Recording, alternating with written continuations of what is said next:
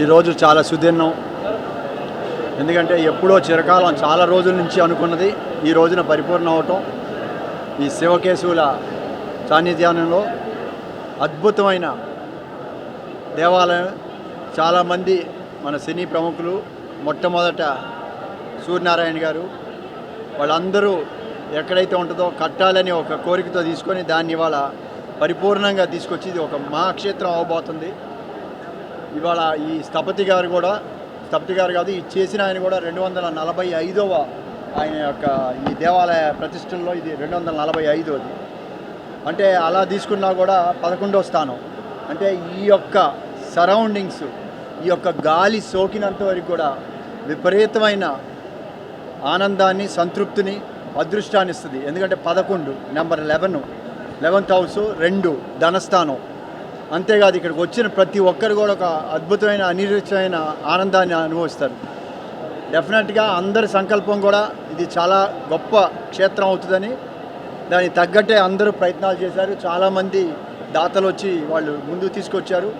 అందరూ కూడా ఒక మంచి దృష్టితో ఇక్కడ ఉన్న ఈ పరిసరాల్లో ఉన్న వాళ్ళందరికీ కూడా ఇది ఒక మంచి, వాళ్ళకి ఎలాంటి మానసికంగా ఏదైనా ఆందోళన ఉన్నా కూడా ఇక్కడికి వచ్చి కూర్చొని వెళ్తే ప్రశాంతమైన వాతావరణం వెళ్తారు. నేను 2 రోజుల నుంచి చూస్తున్నాను, ఎంత ఆహ్లాదకరంగా ఉందంటే అంత ఉంది.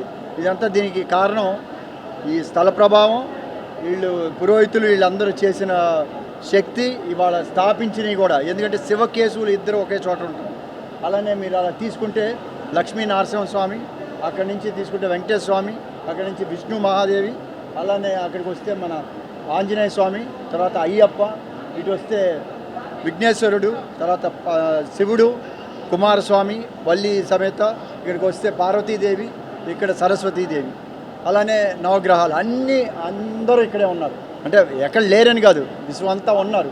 కానీ అందరూ అది దర్శించుకోలేరు. బిగినింగ్గా వచ్చే వాళ్ళకి ఓ దేవాలయం ఉంటే ఓ దేవుడు ఇక్కడ ఉన్నాడని వస్తుంది. అదే సాధనలో ఉండే వాళ్ళకి ఎక్కడ చూసినా ప్రతి ఒక్క మనిషిలో ఆ దేవుడు కనపడతాడు. సో వాళ్ళు ఎదిగేదానికి ఇది ఒక మంచి ప్రదేశం అవుతుంది. డెఫినెట్గా ఇది రాబోయే రోజుల్లో మీరు చూస్తారు. ఇవాళ కాదు, ఎంత ప్రాముఖ్యత వస్తుందో మన ఫిలింనగర్ టెంపుల్ కాదు, ఇంకో టెంపుల్ కాదు, అన్నిటిని మించి కూడా ఈ ఏరియాకి సరౌండింగ్స్కి ఇది ఒక మంచి క్షేత్రం అవుద్ది. ఇక్కడ చాలా కళ్యాణాలు కూడా జరుగుతాయి, అన్నీ జరుగుద్ది. ఇది ఒక ప్రజల సంతోషంగా ఉండాలి, ఇక్కడ ఉండే వాళ్ళందరూ బాగుండాలనే ఒకే ఒక సంకల్పంతో చేసింది. డెఫినెట్గా ప్రతి ఒక్కరు దర్శించుకోండి. డెఫినెట్గా మీ బాధల నుంచి విముక్తి పొందండి.